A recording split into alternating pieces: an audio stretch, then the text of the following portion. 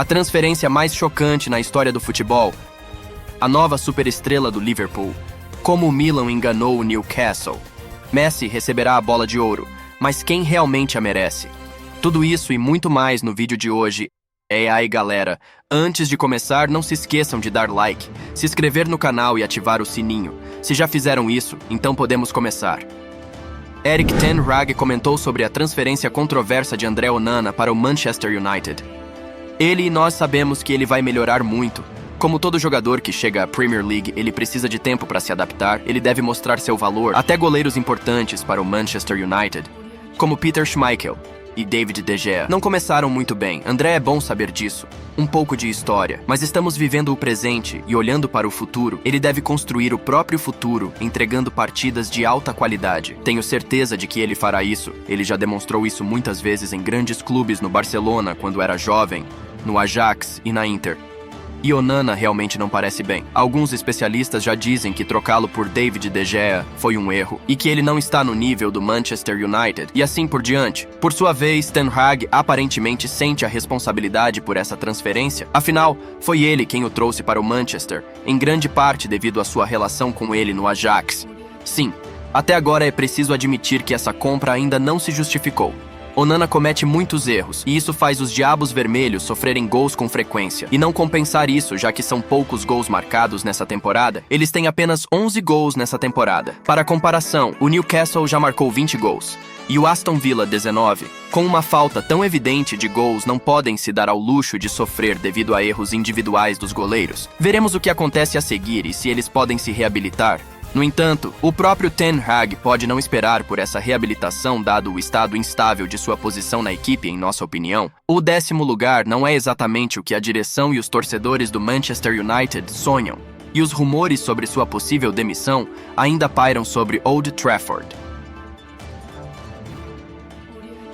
O presidente do Napoli, Aurelio De Laurentiis, como sabemos, é um cara interessante, e suas declarações frequentemente não são menos interessantes. Na minha opinião, jogadores de 32 anos não devem atuar na seleção, assim como os de 28 anos. A escolha deve permanecer com o clube de enviar ou não um jogador convocado para a seleção. Deve haver a possibilidade de recusar, especialmente em amistosos, por exemplo. Se eu paguei 50 milhões por um jogador e ele se machuca novamente, a seleção deve compensar o clube pelo custo de cada dia em que ele estiver fora de jogo. Lembre-se de Neymar, a história é interessante, mas nesse caso, as equipes sempre tentarão manter seus jogadores, especialmente quando se trata das estrelas principais. Imagine se, por exemplo, Messi ou Cristiano Ronaldo fossem retirados das seleções aos 28 anos. Como isso afetaria o desempenho de suas equipes? Quanto à compensação, a situação é ainda mais complicada. Por um lado, a lesão ocorreu fora dos jogos do clube e é o clube que paga pela transferência. Os riscos, sem dúvida, são deles, mas dificilmente alguém pagaria alguma compensação. Afinal, estamos falando de uma seleção na qual o jogador representa seu país. Portanto, essa questão é bastante complexa e você também pode compartilhar nos comentários o que pensa sobre isso. Enquanto você faz isso, continuamos. O treinador principal do Manchester City, Pep Guardiola, afirmou que deveria haver duas versões da Bola de Ouro, uma para Messi e outra para todos os outros. Eu já disse que a Bola de Ouro deveria ter duas premiações, uma para Messi e outra que Haaland deveria vencer. Ganhamos a tríplice coroa e Erling marcou 1 milhão de gols. Mas a pior temporada de Messi é a melhor para o restante dos jogadores. Atualmente há muita discussão sobre o fato de Messi já ter sido informado com antecedência de que ele receberá a Bola de Ouro novamente. E mais uma vez, não há suspense na cerimônia.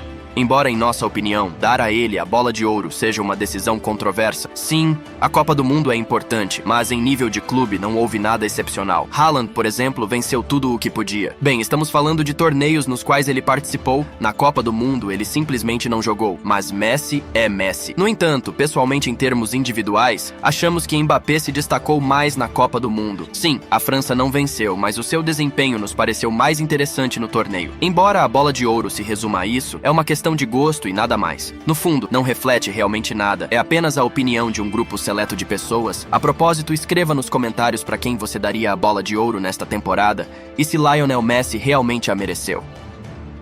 Uma história interessante está acontecendo com Sandro Tonali no Newcastle. Ele foi considerado culpado por seu vício em jogos de azar, especificamente apostas.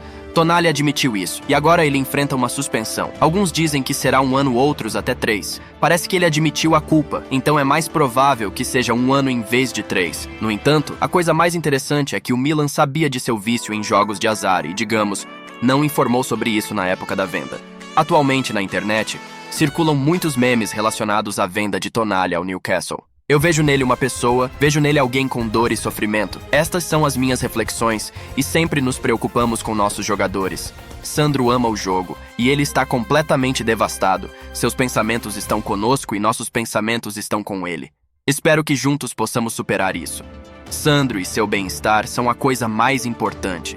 As pessoas facilmente esquecem o quão jovem ele é e como sua vida mudou drasticamente ao se mudar da Itália para a Inglaterra. Os jogadores de futebol são seres humanos. Como clube de futebol, estenderemos a mão para ajudar Sandro, protegê-lo e fornecer o amor e apoio de que ele precisa para superar seus problemas. Consideramos ele parte de nossa equipe a longo prazo. Temos planos de longo prazo para ele, afirmou o treinador-chefe do Newcastle, Eddie Howe, ao Guardian. Em geral, o clube oferecerá o máximo de apoio a ele, mas é improvável que isso o livre de uma suspensão prolongada. Além disso, já há aqueles que receberam punições, como Nicolo Fagioli, que foi suspenso por 7 meses.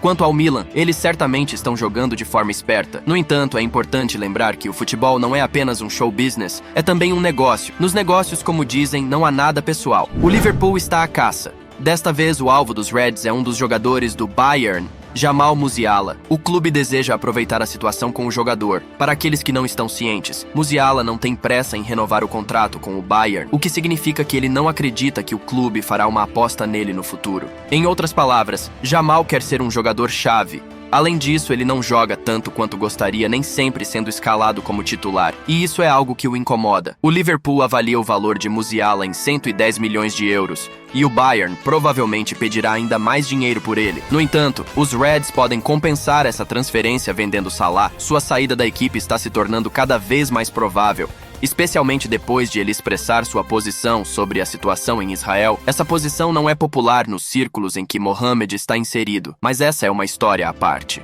Quanto ao Bayern, conhecemos a pragmática dos alemães, e se eles realmente têm alguma dúvida em relação a Musiala, eles podem facilmente se separar dele por um bom preço. A propósito, a edição britânica, The Daily, elaborou uma classificação das transferências mais chocantes na história do futebol.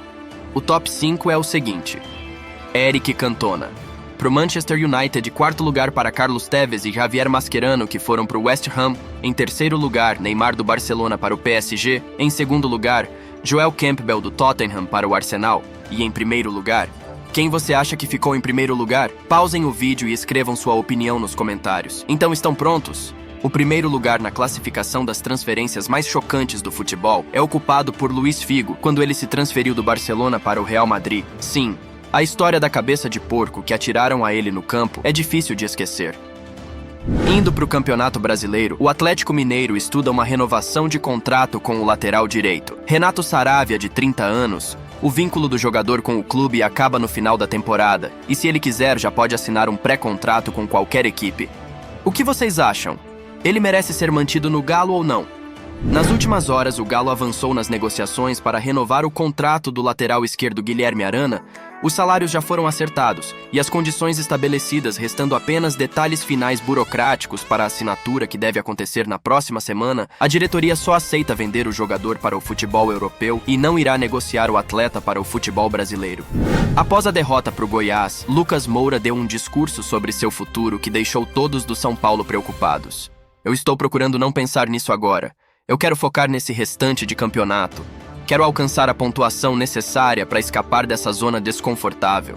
Estou focado nisso. Depois vou aproveitar as férias e decidir com calma. Não quero decidir nada na empolgação e nem na emoção. Quero decidir com a cabeça fria para tomar a melhor decisão.